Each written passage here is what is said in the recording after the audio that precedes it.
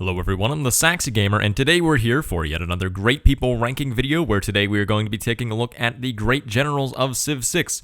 One thing that I want to mention is that a lot of these Great Generals have changed throughout the various DLC drops and patches and things like that, so I'm going to be focusing my rankings on only the most modern version of these Great Generals, and if you want to know the bonuses for them in the base game without the DLCs or things like that, then you can go ahead and check out the Civ Wiki, and it's got plenty of information on that.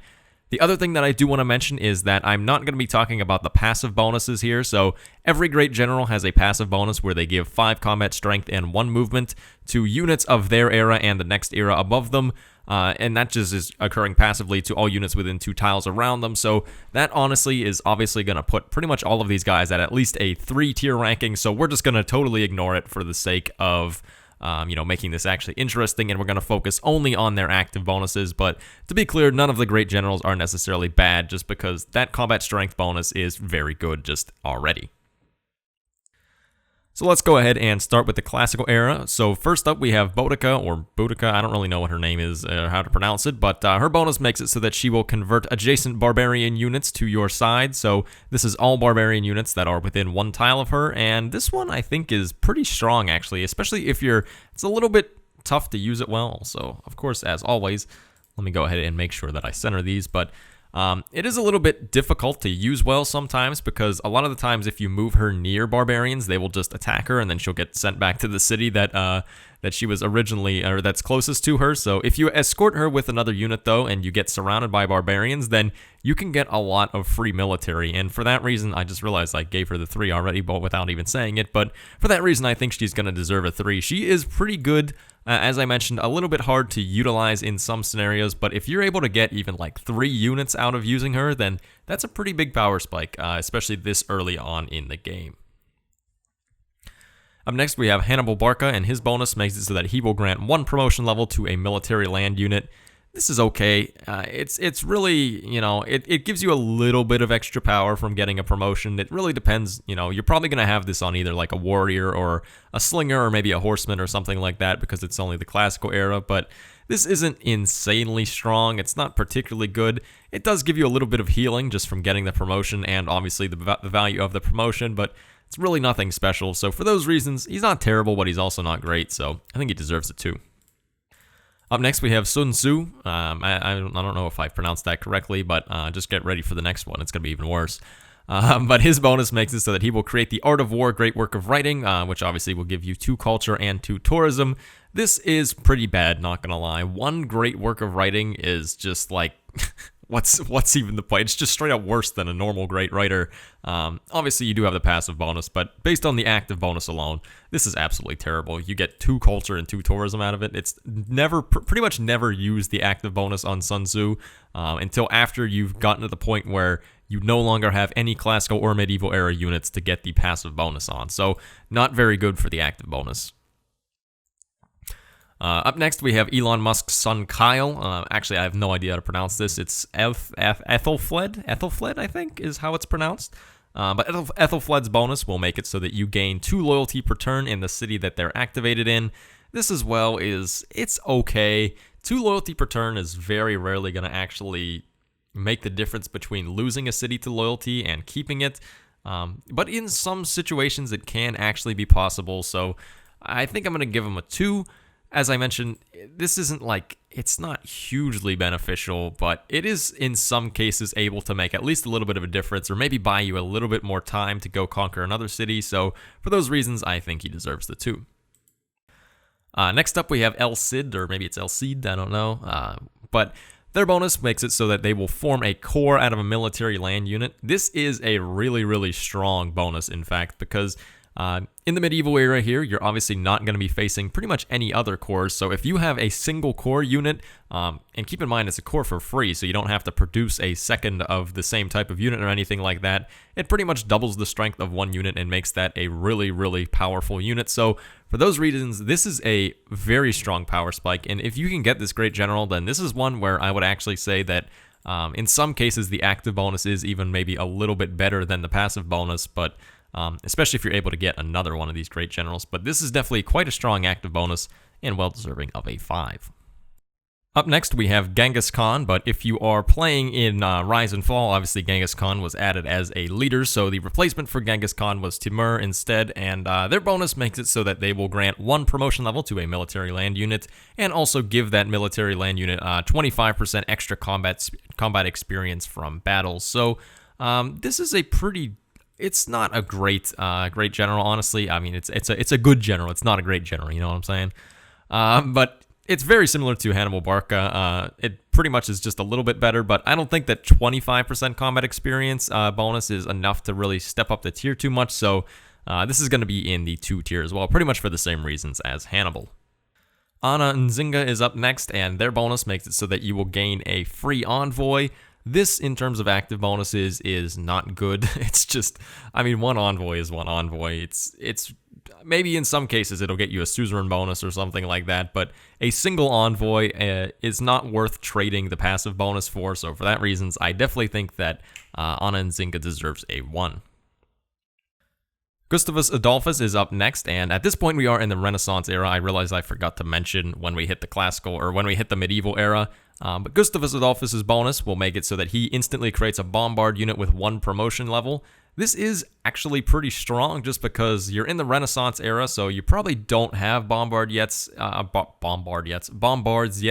and probably other players don't either. They probably still have either ancient or medieval era walls, so 1 bombard is going to shred through those pretty heftily. So I think this is actually quite strong and deserving of a 4, just because getting a bombard this early is like just getting a huge siege power spike, and you can really use that to go and beat up somebody that may be near you.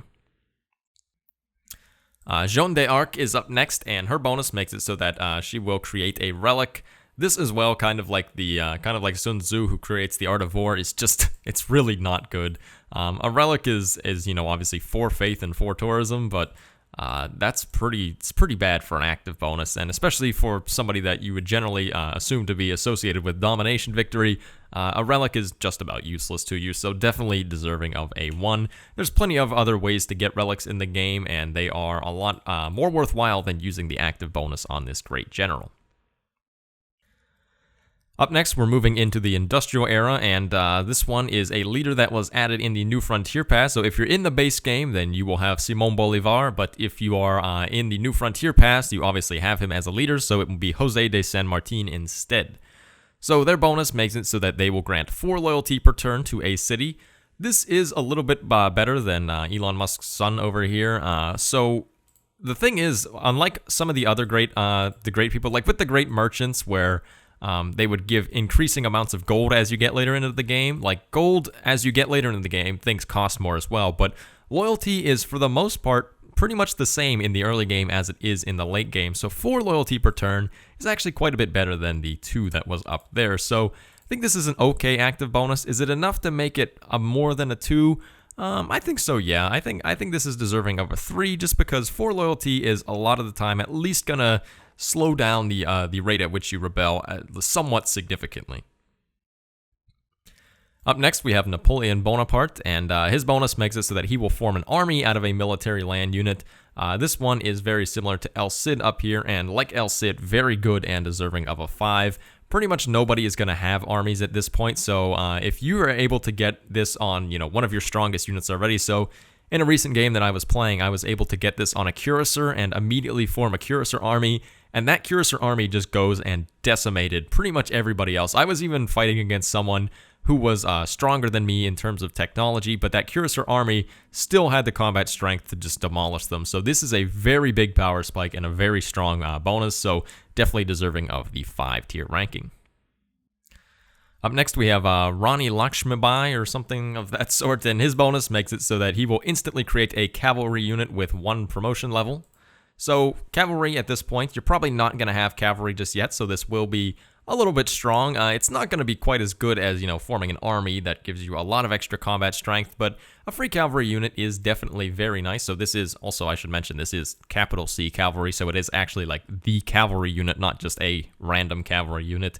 But this is pretty okay. It's a free unit as well. I think this is going to deserve a 3. It's not super insanely strong because the cavalry units themselves are very mobile, but their combat strength isn't quite as good as like heavy cavalry or anything like that. But either way, a free unit is always nice, and it does have 1 promotion level, so I think this is well deserving of a 3. John Monash is up next, and we are into the modern era now, so his bonus makes it so that he will grant 1 promotion level and 75% extra combat experience to a military unit.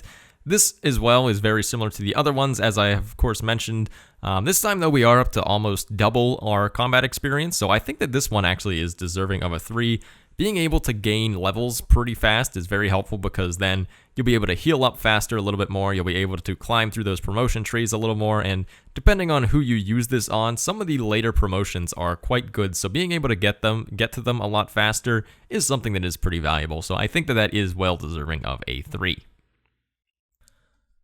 We have Marina Roskova up next, and her bonus makes it so that you will gain 1 air slot in this district that you use her in, so you have to use her in an aerodrome or city, I believe.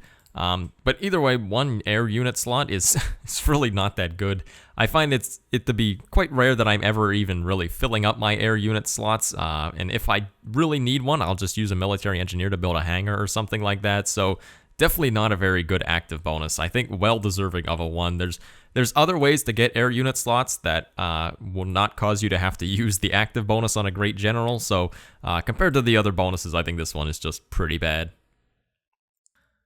Samori Touré is the last one in the modern era, and their bonus makes it so that they will instantly create a Spec Ops unit with 1 promotion level. This is okay, so Spec Ops is still part of like the Recon class of units, so the Recon class of units is not particularly strong in terms of combat strength, so strictly speaking for domination, this won't be particularly good, but you can use it to scout out a little bit as well. I think that this is a little bit weaker than, getting a free cavalry or something like that, just because of the value of a Spec Ops in terms of actually attacking somebody, so for those reasons, I think that he is going to deserve a 2.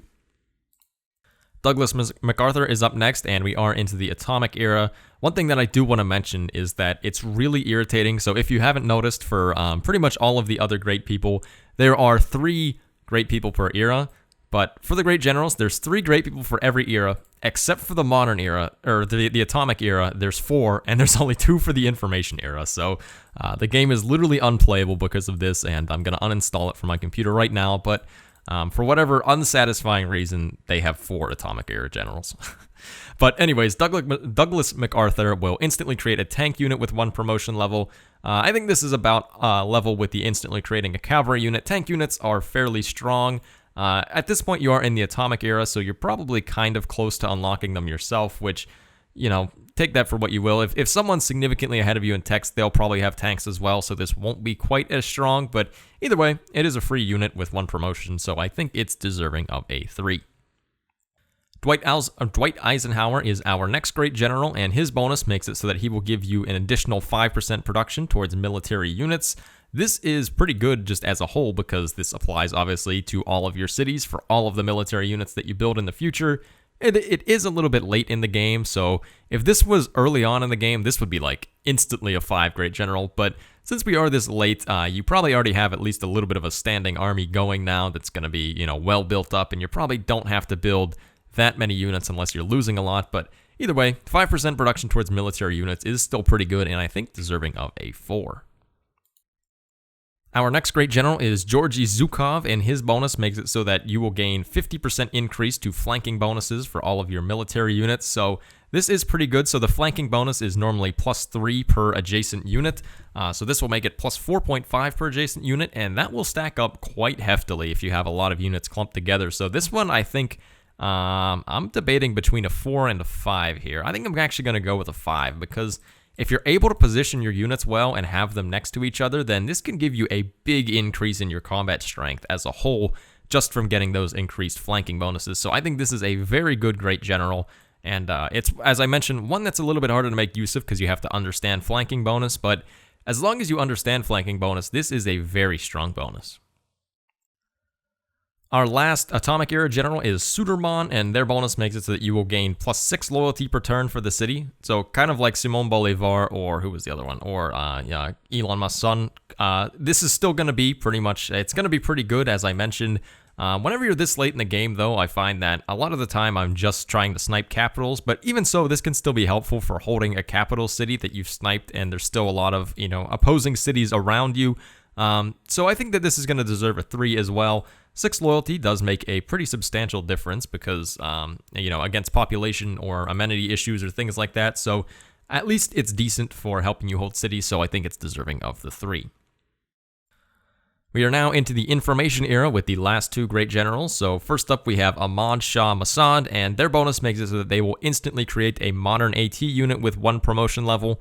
This is, I don't know, I mean, it's fine, I guess. We are already into the information era, so most people are probably going to be very close to having modern AT, and I don't value modern AT quite as much as I would value, like, cavalry units. This can be good defensively, though, and it is, I feel compelled to still give it a 3, just because it is at least a competent military unit that you can use, so it's pretty much on the same level as the cavalry or the tank, and a little bit better than the Spec Ops, I think. And last up, we have Vijaya Wilmalate, I don't know.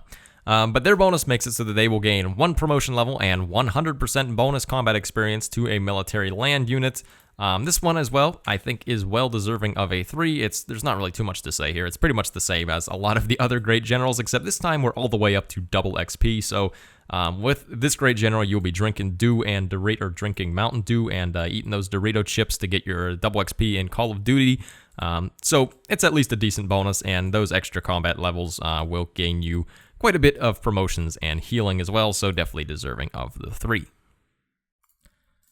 So right here is our final tier ranking here. If you have any comments or anything like that, things that you think should be changed, let me know in the comment section below, because as always, as I mentioned in all these videos, these are kind of subject to a little bit of personal preference and things of that sort, how I like to play the game. So some people might value some of these a little bit more than I do, or maybe some of them a little bit less, but either way, let me know in the comment section below if you think I'm an idiot for ranking these guys where I did, and as always, you can fight with each other about where things are supposed to go. But I hope you enjoyed the video, so thank you everyone for watching. I have been the Saxy Gamer. If you enjoyed the video, feel free to like. If not, feel free to dislike. If you're looking for some more Civilization 6 content, feel free to subscribe. Thank you for watching, and goodbye.